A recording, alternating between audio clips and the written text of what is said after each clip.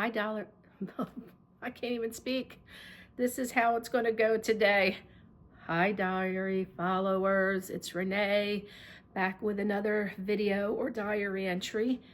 Hopefully you follow my community page and you saw that I put a message that I was in the hospital. And that is true. I was in there. I went in on Thursday afternoon, right after work, and didn't get out until Saturday. So I will go over everything that transpired with my hospital stay and what was the issue. And I'm going to get into a lot of stuff. So this video might be a bit long, so I'll apologize right off the bat. If you have to watch it in sections, please do so. That was Olive shaking in the background. I'm very happy to be back with my dogs. I missed them. It was only 2 days, roughly 2.5 days. But let me tell you, I thought I was going to die. I really did. And yeah, we'll get into it. Stay tuned.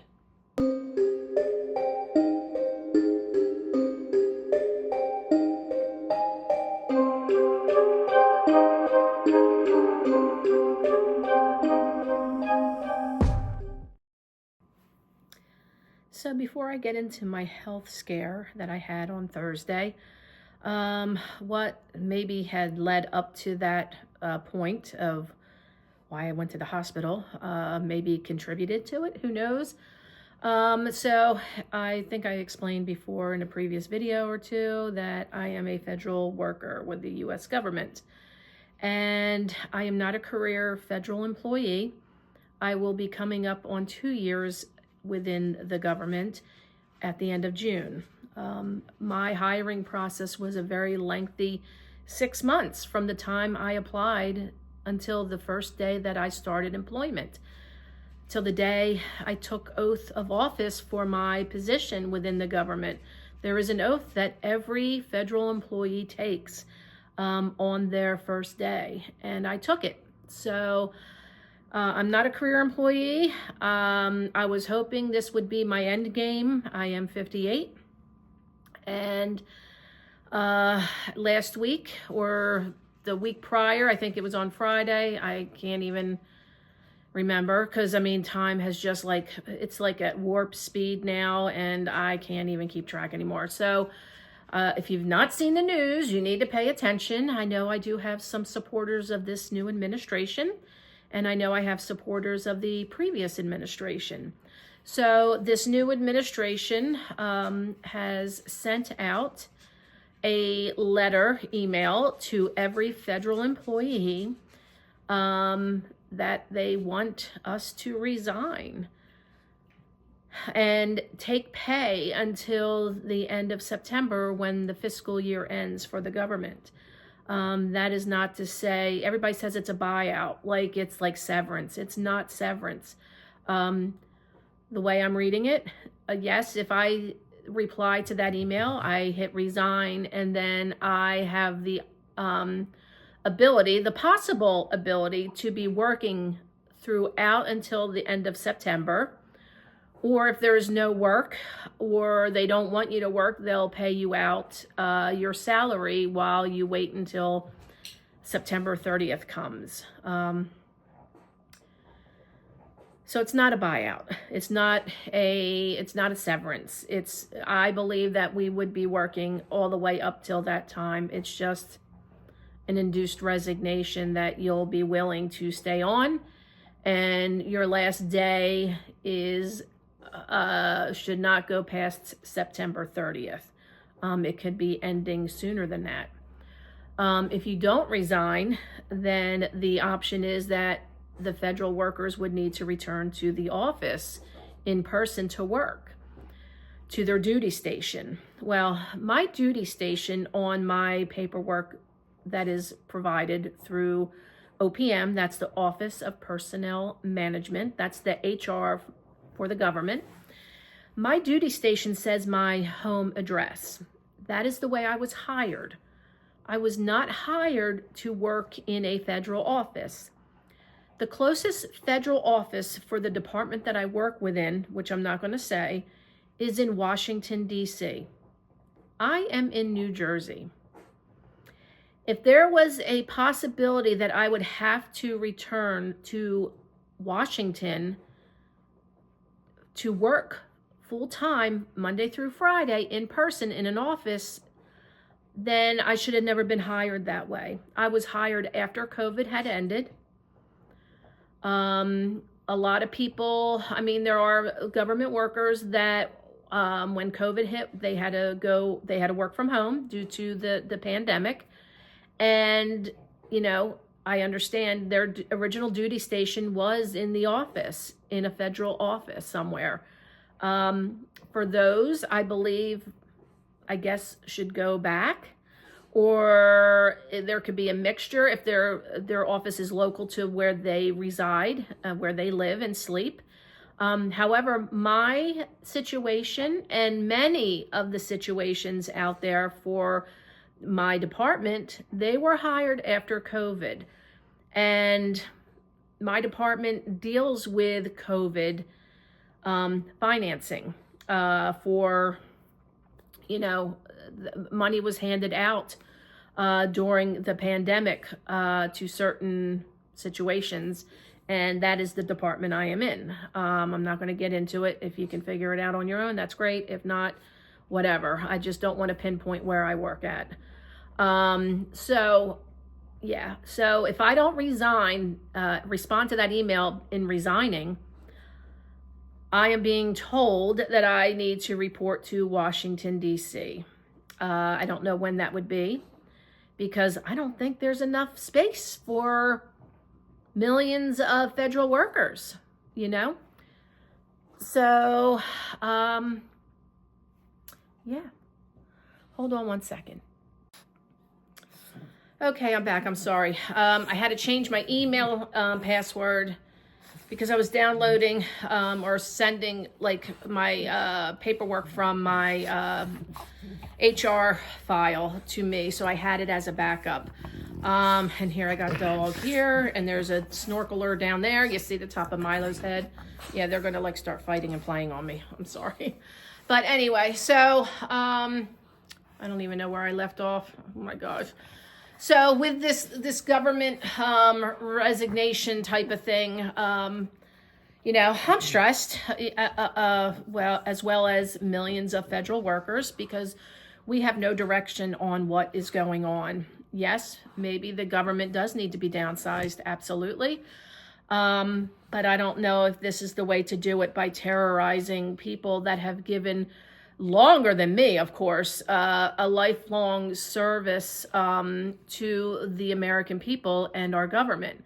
To get a mass email is kind of scary, and you only have a week to respond and decide which way you're going to go. So that happened last week, and, you know, so who knows if that was the issue. Well, it's one of the contributing factors of my health scare that I had. So we'll get into that now. So last week was a relatively calm week for me, as far as no stress, as far as I knew, except for that email.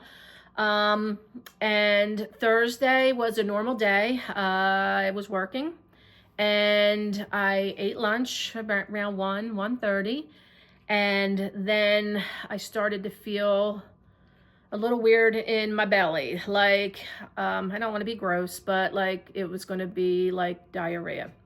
So I went to the bathroom, and it was okay. I felt just still, and then all hell broke loose. I was violently vomiting, and I was violently having the other end of stuff coming out.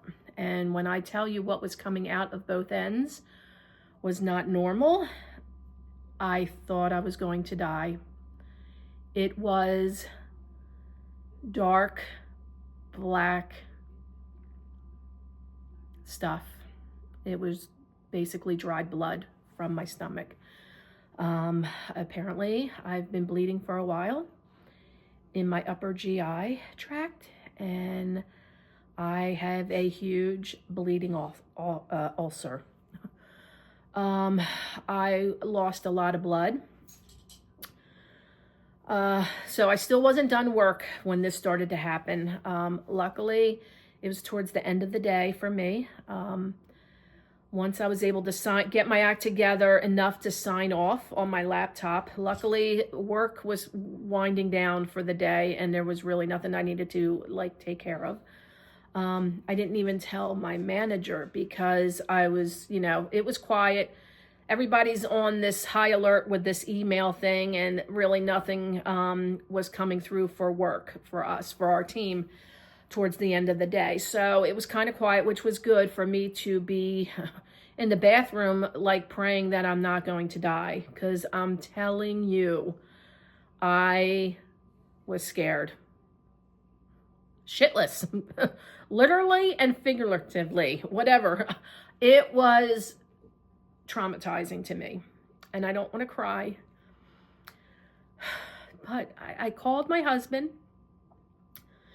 and he's been on the time frame of he's usually winding down for the day, so sometimes he's at his apartment at that time of day. So this is after 3 o'clock, 3:30ish, and I called him. And I said, I hope you're home. He goes, I'm home. I said, I need you to come over here. I need you to take me to the hospital.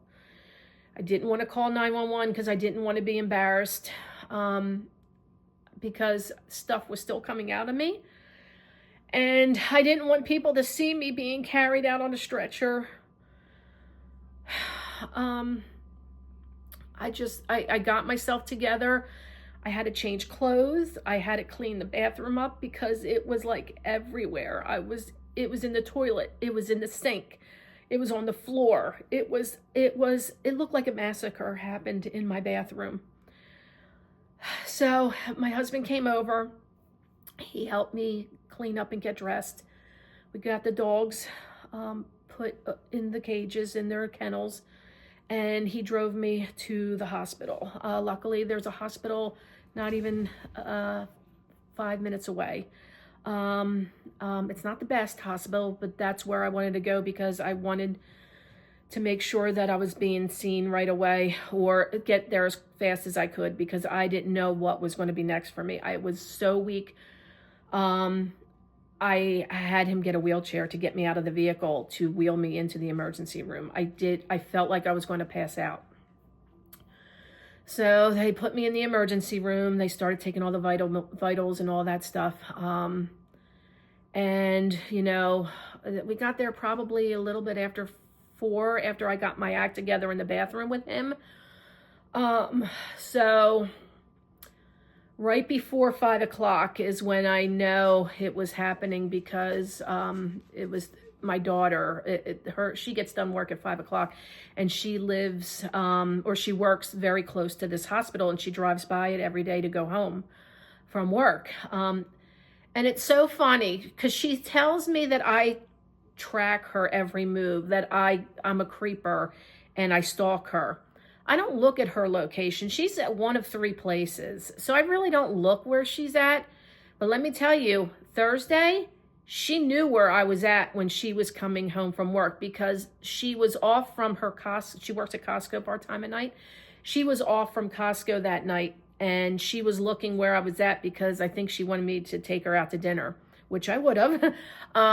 So she was texting me while I was in the emergency room, why are you at the hospital? Well, I didn't get a chance to tell anybody yet because I was still getting tests done.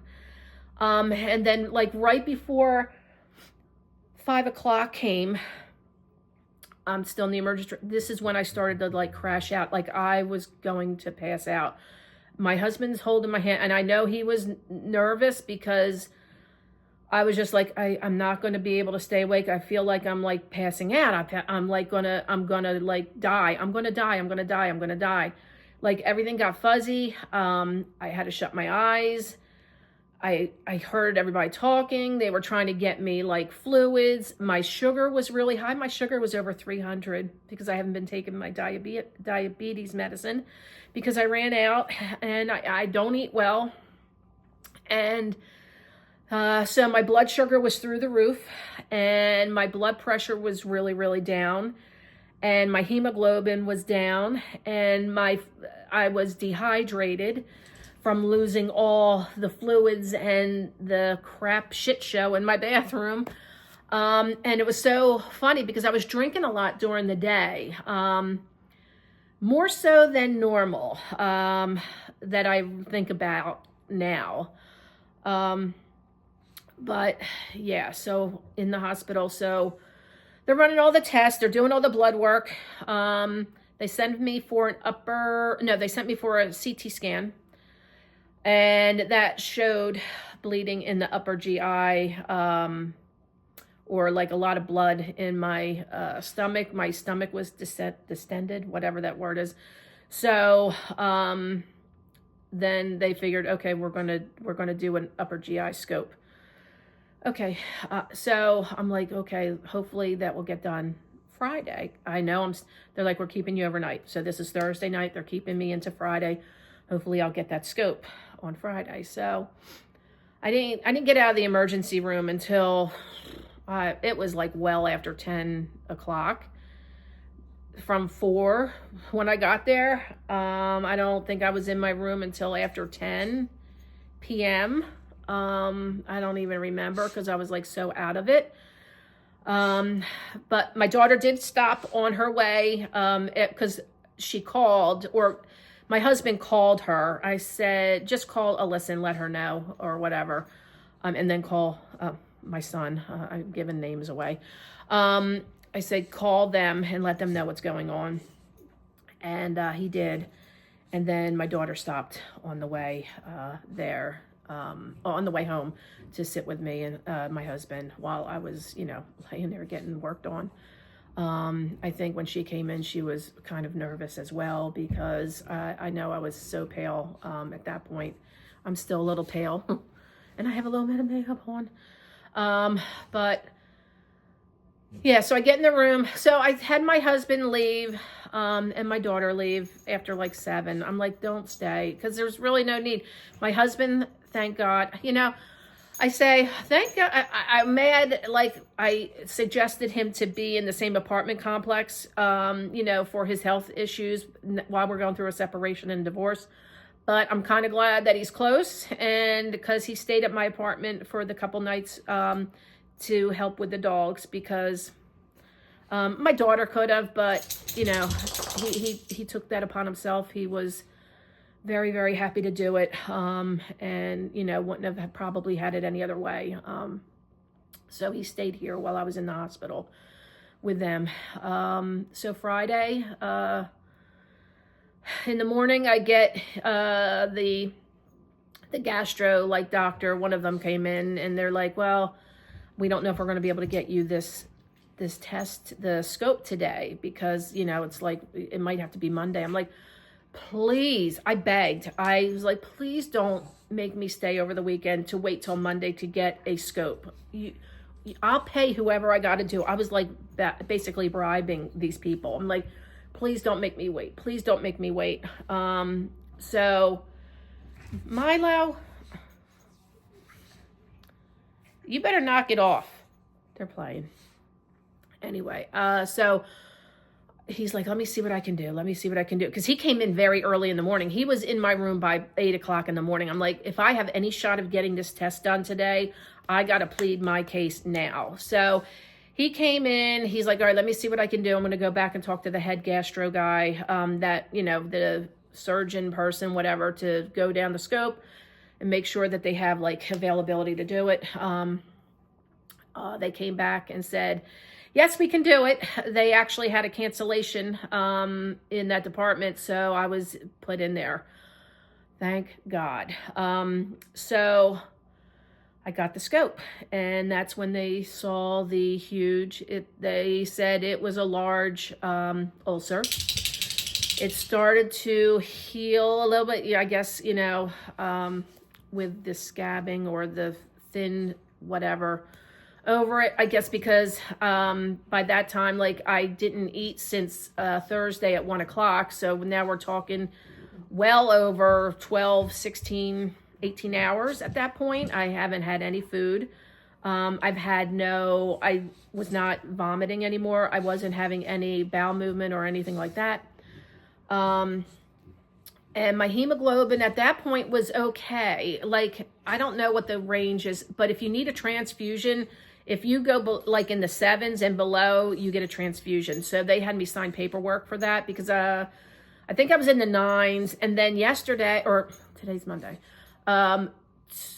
Saturday before I left, but got discharged, my hemoglobin was down in the 8s. And I'm like, oh, they're not going to let me out.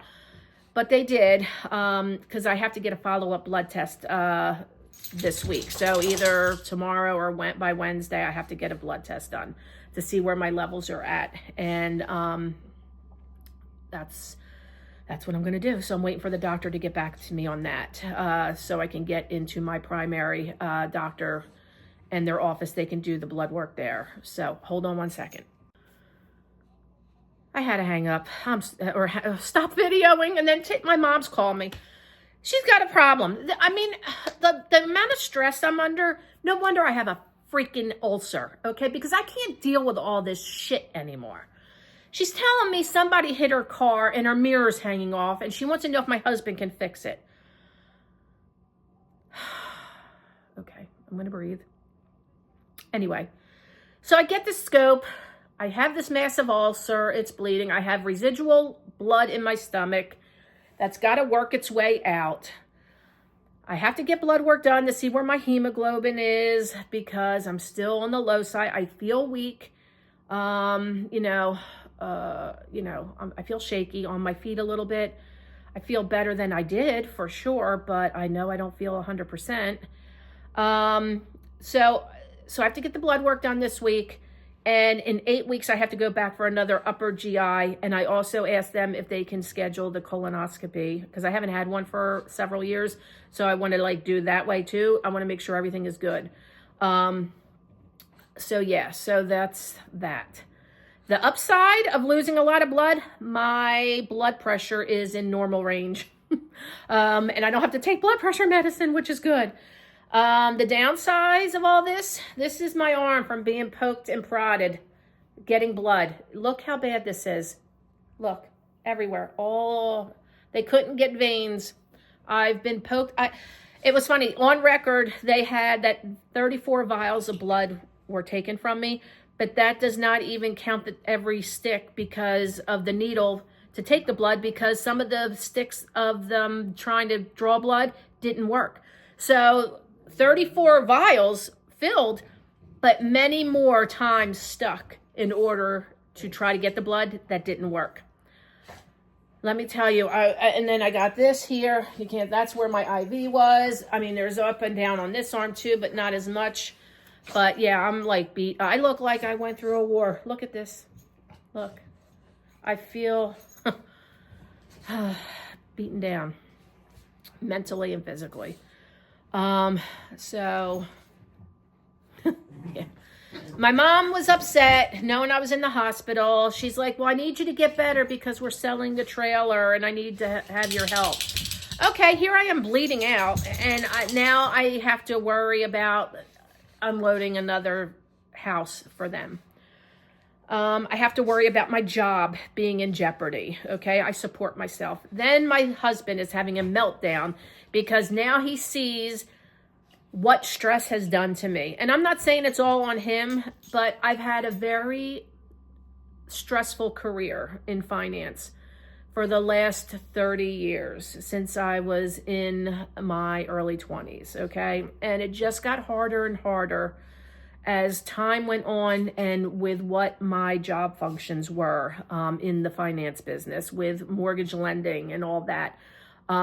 Corporate America with their metrics and, you have to meet this or you're going to be disciplined and whatever, and the amount of workload that we had to carry.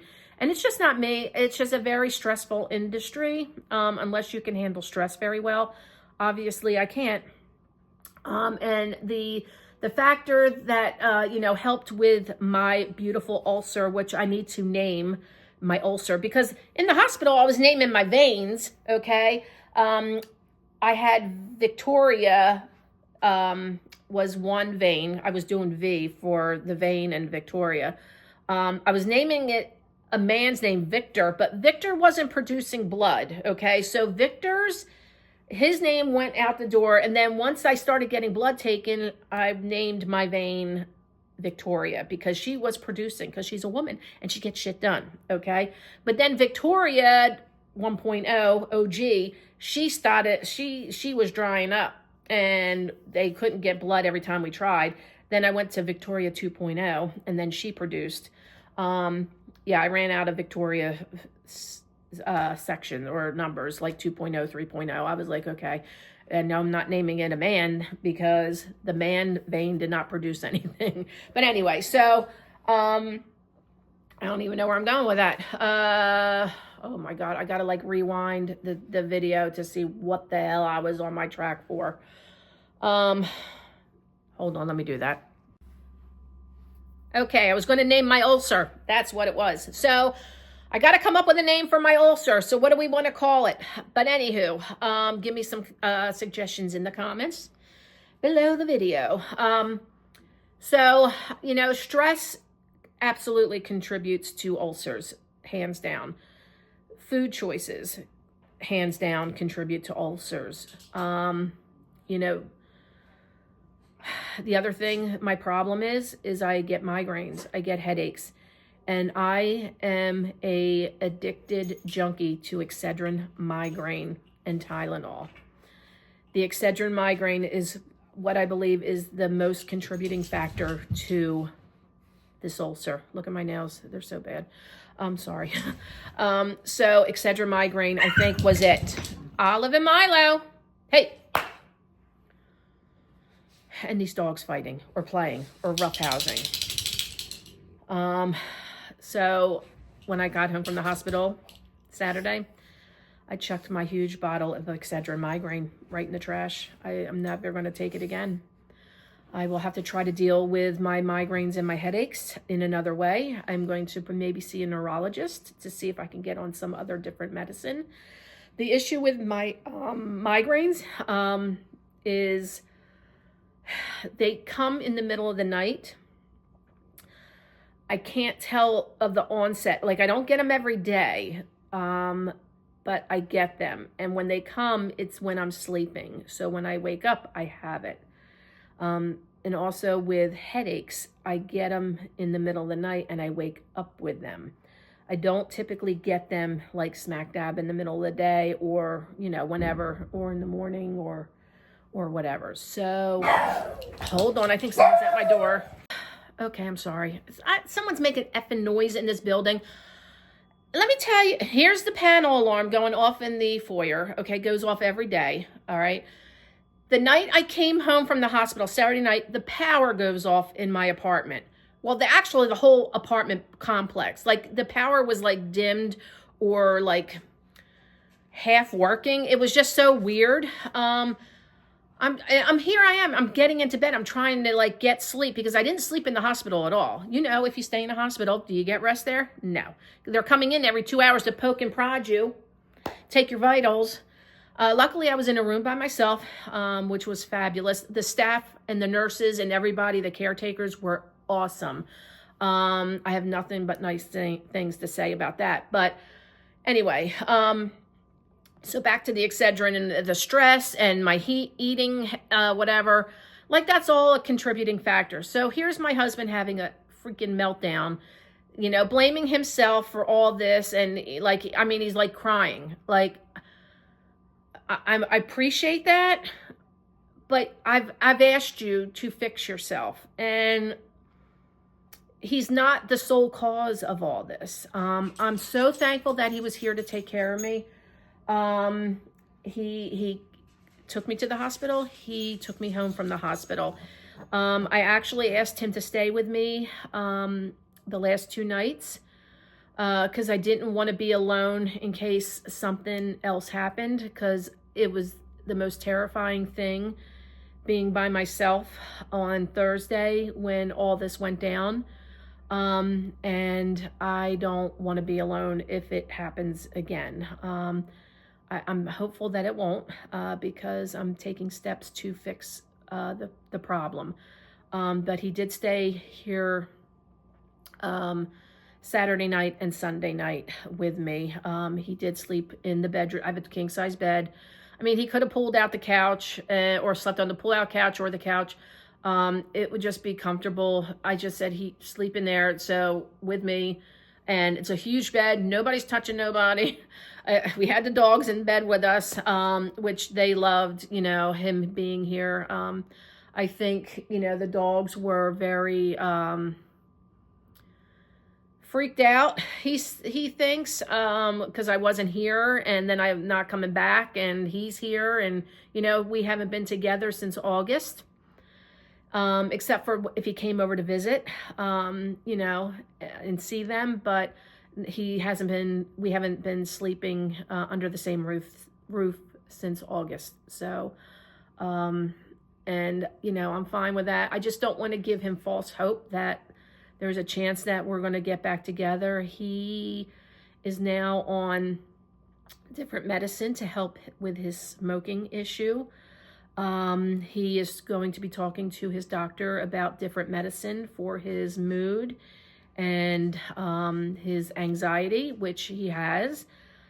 And I think maybe my health scare, like, really hit him hard, because I could see the fear in his face at the hospital when I was like crashing and burning, really, because I wasn't with it at all. But yeah, so that's my story. I don't want to get like gross, but it was terrifying, and I don't wish that on anybody. So if you're an aspirin or an Excedrin migraine junkie, or if you have an ulcer, or you don't eat well, or if you have a lot of stress, you need to really take care of yourself. I mean, it's such a simple thing to do, to not have that, I think. And like, I feel like I sabotaged myself with taking extreme amounts of aspirin product. And I blame myself. So I have to fix it for myself, because I want to be here. Even if the world seems shitty, you know, it beats the alternative, because I don't want to leave my family. I want to go out in my sleep. I want to have my affairs in order. I don't want to leave anybody to have to clean up stuff, or dismantle my home and my garages and my storage unit, and figure out what to do with my dogs. And, you know, it was really, truly very scary for me. I don't want to ever go through that again.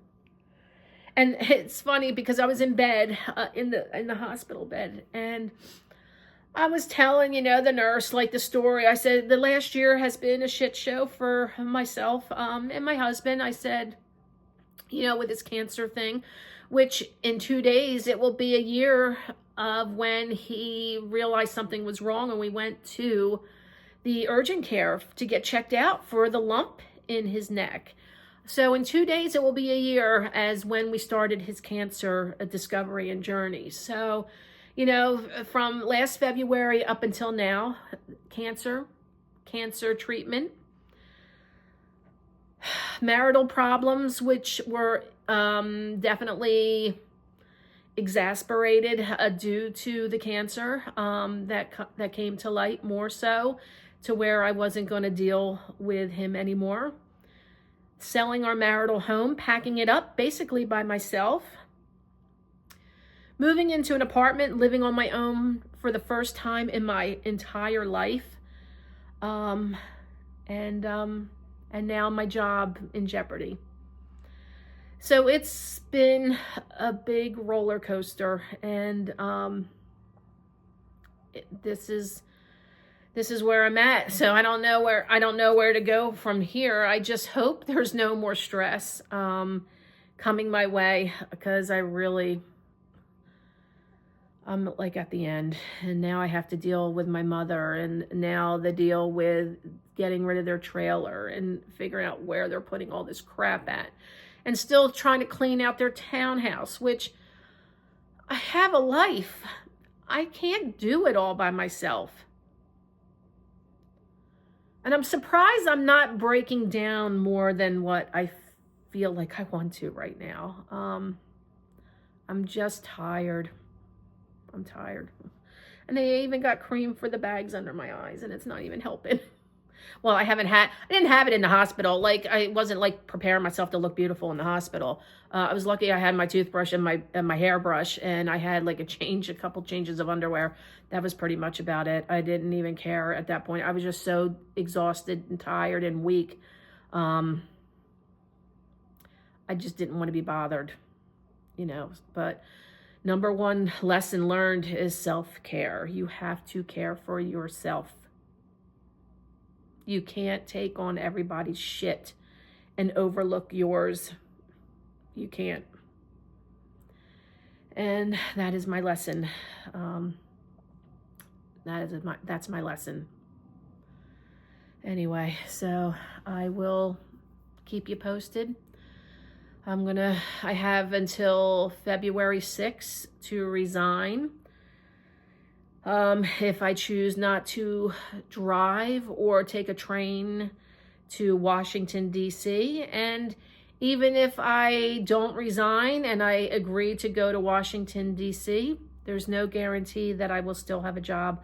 They're still going to do the reduction in force. It's called RIF, reduction in force, and that means that they will have mass layoffs within the government, whatever like department or section that you're in. It's across the board. It's across the board. The night before I got my letter or my email, which, you know, there was rumblings on social media that this was going to be done, and people started already getting the letter or the email. And I sign off at 3:30 every day, and we're not supposed to sign on or be online because they don't want to pay your overtime. There's no overtime in my department, which is fine. I'm like real good, you know. I'll work it if it's available. If you don't want me to work it, I don't want to get in trouble, so you don't sign back on. But I did sign on later in the evening as I got word that these emails were being received. And I'm like, oh, I wonder if I got it. And I think the last time I signed on that night was the night prior to me getting it, 8 o'clock at night. I didn't have it. But then when I woke up the next morning to sign on for the workday, it was there. It was there. It was sent at 8:40 something p.m. the night before. So everybody in my department got it. Everybody in my division got it. And pretty much everybody in the federal government got it.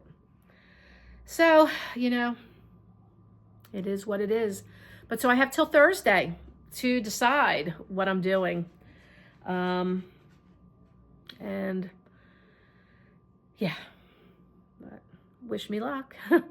Wish me luck with health and no stress, and that something will work out with my job, because I need to support myself. And whether or not, if I decide to give my husband another chance, I don't think I'm going to. He's preaching like he's like gonna do what he needs to do, but I can't trust him. But I'm thankful for his help, and I do love him, and I know he loves me, and I guess that's all I can take for now, you know. And we'll see what happens in the future. So I don't want to get upset. So I'm going to sign off, but I do hope you're all well, and hopefully I will come back on later in the week with an update once I get my blood work done, or if anything exciting happens. I'll sure to post a video. But thank you for this. Thank you for sticking in this long video, and thank you for sticking by while I haven't posted for a few days. But that's what's been going on. So I love you all, and I appreciate every one of you. Thank you so much, and I'll see you soon. Bye.